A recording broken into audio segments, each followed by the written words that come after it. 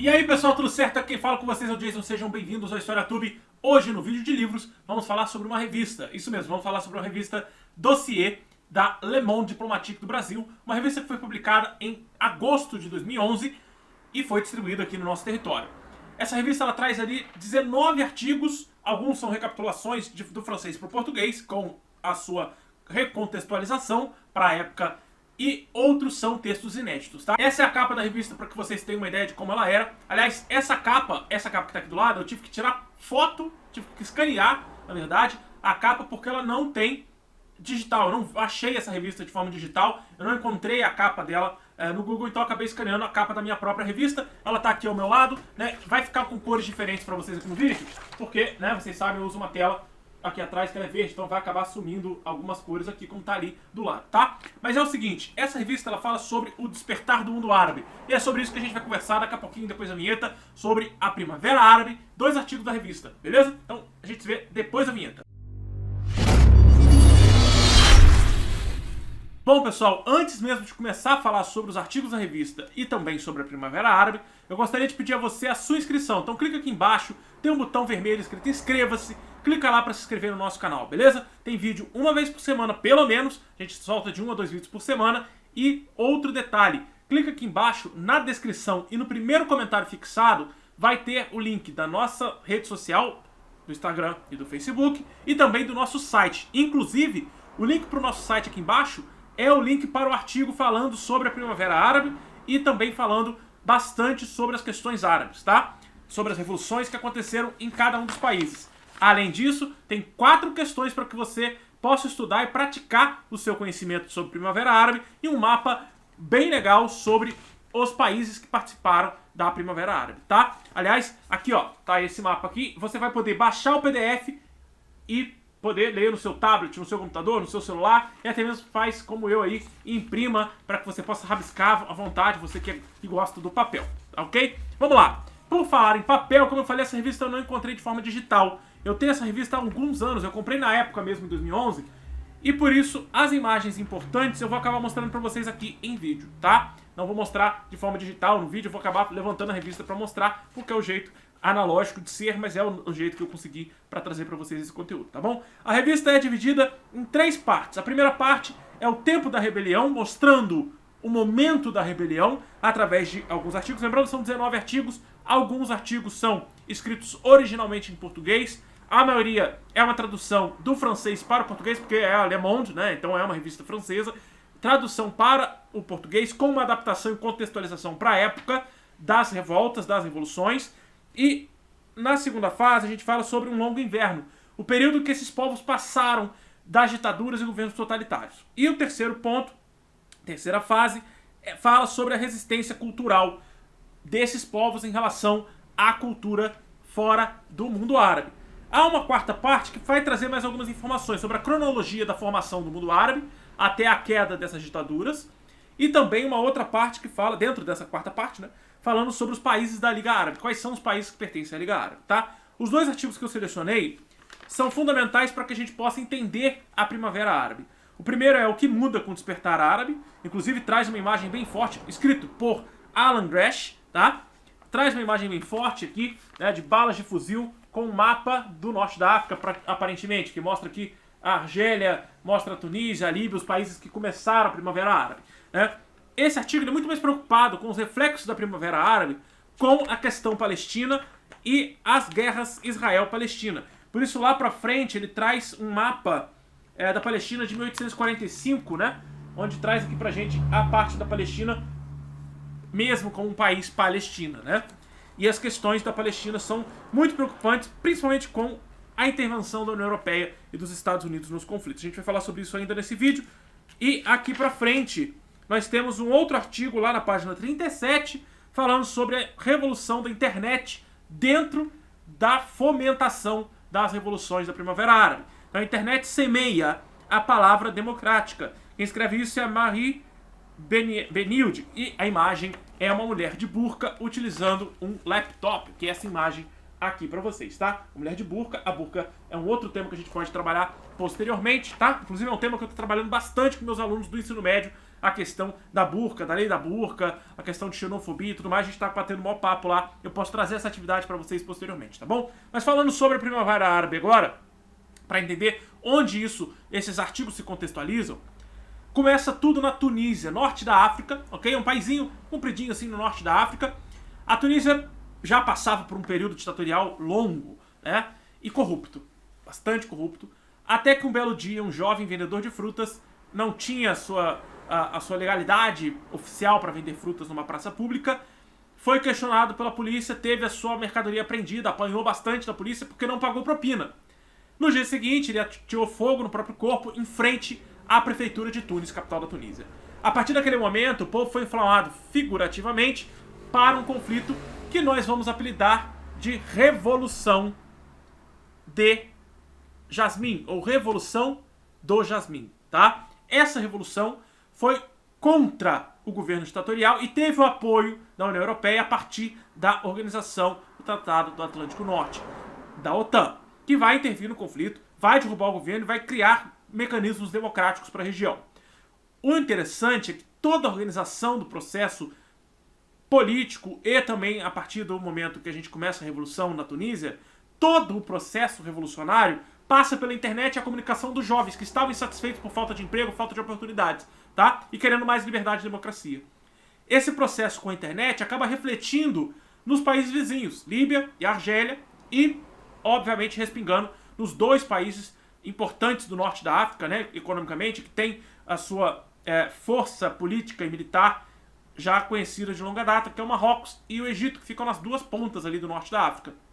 Vamos primeiro para o Marrocos e a gente vai em seguida chegando até o Egito, tá? Pra gente entrar no Oriente Médio. Geograficamente pensando, né? Cartograficamente pensando, a gente vai fazer esse caminho do oeste para o leste, tá? Vamos lá. No Marrocos, a situação é um pouco diferente. Lá a gente não tem um ditador, nós temos um rei absolutista em pleno século XXI. Esse rei detém tantos poderes na sua mão que o povo ficou insatisfeito, quer uma liberdade, assim como aconteceu na Tunísia, assim como aconteceu na Líbia, assim como aconteceu na Argélia, que, né, no Marrocos aconteceu 1 ano depois, 2 anos depois do que aconteceu na Tunísia. A Tunísia foi em 2010, no Marrocos foi em 2011 para 2012, ali numa virada.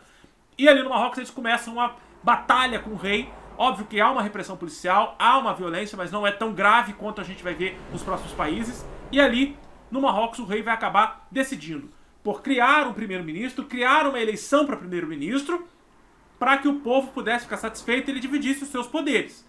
Claro, ele cria a eleição inclusive para prefeitos, mas ele não divide os seus poderes. Ele ainda tem na sua mão uma espécie de poder moderador, tá? O povo ainda vai ficar um pouco insatisfeito, mas ainda assim deu uma melhorada na situação. As revoltas não são tão alavancadas e não tem mais tanta força desde aquela época, tá? Então a gente está falando aqui desde 2011, 2012, ok? Na Argélia e na Líbia são dois países que vão passar por conflitos armados, sangrentos, sérios. A Líbia tem o segundo maior conflito armado, sanguinário, sangrento da história da Revolução Árabe, ok? Lá na Argélia, por exemplo, há uma derrubada do poder do ditador local e o povo consegue implantar medidas democráticas. Não muito avançadas, mas conseguem implementar medidas democráticas com certo apoio ali da União Europeia. Na Líbia, o conflito é bem mais sério e na Líbia a gente vai chamar essa revolução de Guerra Civil Líbia, porque o país vai ser rachado ao meio. Vai ter hoje um governo oficial da Líbia, que foi, né, o governo anterior foi derrubado, o governo ditatorial foi derrubado, foi implementado um governo oficial novo. As pessoas apoiam esse governo oficial, apesar de ainda terem rebeldes sérios que vão continuar combatendo esse governo com medidas mais voltadas para uma teocracia, ok? Aliás, tanto na Argélia quanto na Líbia, teve o apoio de grupos terroristas, como a Al-Qaeda, que apoiou rebeldes nos dois lados ali do conflito, tá? No Egito, onde vai respingar, por último, no norte da África, o conflito da Primavera Árabe, a gente vai ter um governo que é totalitarista, mas, ao mesmo tempo, é um governo que tem alianças com os Estados Unidos e com Israel para manter a paz entre os países, para manter a paz entre o mundo árabe, e aí liderado pelo Egito, em relação a Israel, porque, afinal de contas, o Egito perdeu 2 guerras para Israel nos anos 70, né? E ainda teve o conflito ali do Canal de Suez. Então, há uma questão muito séria. O Egito precisava manter ali a sua paz com Israel para não se envolver mais na questão palestina, por um ponto, eles precisam melhorar a sua economia. Então tem ali Israel e os Estados Unidos, e principalmente a Europa, como sendo seus principais parceiros comerciais, são os que são mais lucrativos. Então eles precisam ficar quietinhos, em vez de ficar criando conflito o tempo todo com Israel. É que guerra também gasta muito. O que vai acontecer é que o povo não é muito contente com isso. O povo não fica contente com essa situação, não quer alianças de Israel com o Egito, tá? E aí o povo inclusive faz cartazes escritos em hebraico para criticar a aproximação do governo com Israel, ok? E aí, com a derrubada do presidente na época, na verdade ele pede para sair do governo para que hajam eleições presidenciais. Vai haver a eleição do Morsi, o Morsi vai ser eleito, vai ficar como presidente 1 ano somente, depois ele vai sofrer um golpe militar e volta a ter um governo totalitarista de novo no Egito. Não adiantou nada, vai continuar tendo um governo totalitarista, tá? Um pouco mais brando, um pouco mais breve em relação ao povo, mas continua sendo um governo militar ditatorial, ok? O que vai acontecer é que ano passado, em 2019, o Morsi foi para dar um depoimento num julgamento, num tribunal, lá no Egito, tá? Nesse tribunal ele teria que falar sobre a questão de espionagem nesse pequeno ano de governo dele. Ele fez o seu depoimento e em poucos minutos ele já estava morto. Dentro do tribunal, ele acabou desmaiando, foi levado de ambulância para o hospital, mas já estava morto, ok? Então há suspeita de que ele foi envenenado ou foi assassinado dentro do tribunal, isso tudo foi acobertado. É óbvio que vários grupos ligados a esses rebeldes da Revolução da Primavera Árabe se uniram para fazer um cortejo ao ex-presidente morto, né? E fazer ali a questão da presença no velório como forma de protesto ao governo central do Egito.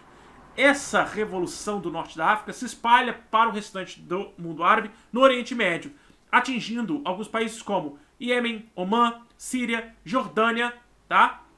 E o país que começa a ficar um pouco complicada a situação é a Síria, né? Lá na Síria, aliás, é o país mais crítico, afinal de contas, o país que tem maior número de anos ali com um ditador no poder era um país que tinha 33 anos ali, um presidente no poder. Só que a Síria tem um presidente familiar. É a família que comanda totalitariamente o país há 46 anos, ok? Quando começa a revolução em 2012. E dura até hoje, né? A Guerra Civil da Síria recebe esse nome, não é à toa. Aliás, no Egito é a Revolução de Lótus, tá? Como na Tunísia é a Revolução de Jasmim, no Egito é a Revolução de Lótus, beleza? Só pra ficar essa dica aí.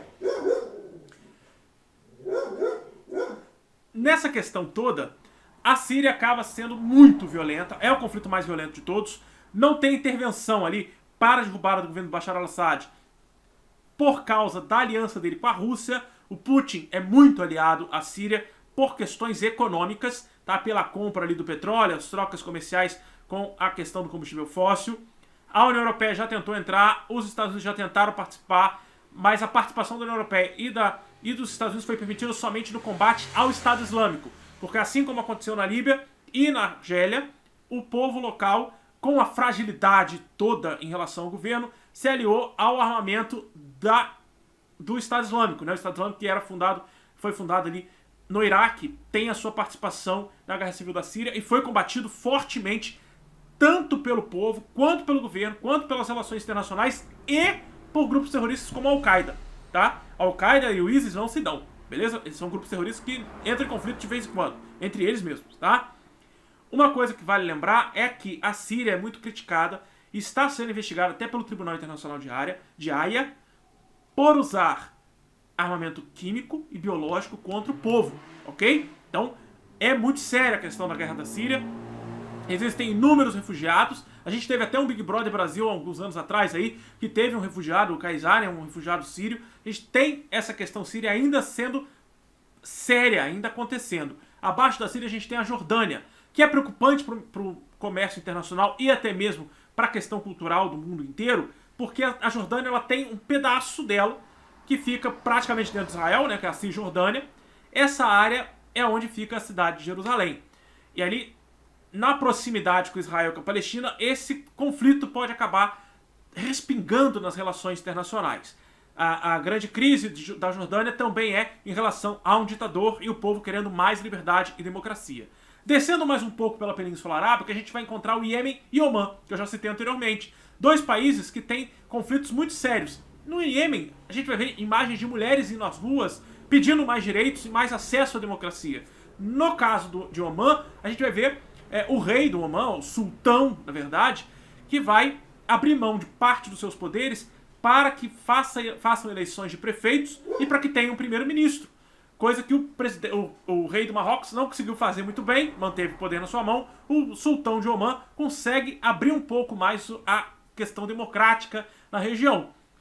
Por que que no Iêmen o governo cai e eles conseguem assumir democraticamente a região? E por que que em Omã o próprio sultão abre mão de parte dos seus poderes para que o conflito não descambe, para que o conflito não fique sangrento? Os dois países são bucha de canhão, tá? Vamos chamar assim, são países que ficam ali numa região muito pequena, tem muita parte desértica, são países pobres, tá? Que ficam muito próximos a Emirados Árabes Unidos e a Arábia Saudita. Dois países ricos, poderosos, muito fortes politicamente e militarmente na região. E se a Primavera Árabe se espalhasse pela Península Arábica, a culpa seria deles. Então, na visão, logicamente, dos árabes, né? Então, para que não chegasse a um conflito internacional e para que não houvesse uma questão política internacional conflituosa com os países mais fortes da península, Omã e Iêmen acabam facilitando um pouco para que a revolução tenha sucesso. Né? Os próprios governos falam, não, melhor a gente deixar o povo vencer, porque se o povo não vencer, o conflito vai ficar pior, vai ficar mais sangrento, vai ficar igual a Líbia, que vai ter um monte de gente morta, a gente vai perder para os grupos terroristas, vai ficar igual a Síria, que vai se estender cada vez mais, e a gente vai acabar afetando e cutucando dois caras grandes que podem acabar tomando nosso território, podem acabar fazendo algo pior com o nosso povo. Então é melhor a gente abrir mão do poder para que se mantenha longo e próspero o governo, né, com as suas soberanias nacionais. Então, a questão da Primavera Árabe ela não se estende pelo mundo árabe como um todo, porque alguns países conseguem contê-la a partir do medo dos seus dirigentes, tá? Bom, se vocês querem ver mais detalhes sobre Primavera Árabe, querem ver as imagens, eu não posso mostrar as imagens aqui no YouTube, porque vocês conhecem o YouTube como é que é, né? Bom, se vocês querem ver mais imagens sobre Primavera Árabe, querem ver depoimentos sobre a Primavera Árabe, um mapa bem legal sobre a Primavera Árabe e questões para que vocês possam fixar conteúdo sobre esse conflito, sobre esses conflitos, aliás, Primavera Árabe é um termo utilizado pela mídia, principalmente, para referir a essas revoluções, tá? A essas revoltas que aconteceram de 2010 até a atualidade, nesse sentido de buscar mais liberdade e democracia dentro do mundo árabe, beleza? Só para que vocês tenham noção desse contexto. O artigo tá lá no meu site, historiastudio.com.br, o link tá aqui na descrição e no primeiro comentário fixado, beleza? A gente se vê no próximo vídeo, espero que vocês tenham gostado e a gente se vê em breve. Valeu e falou!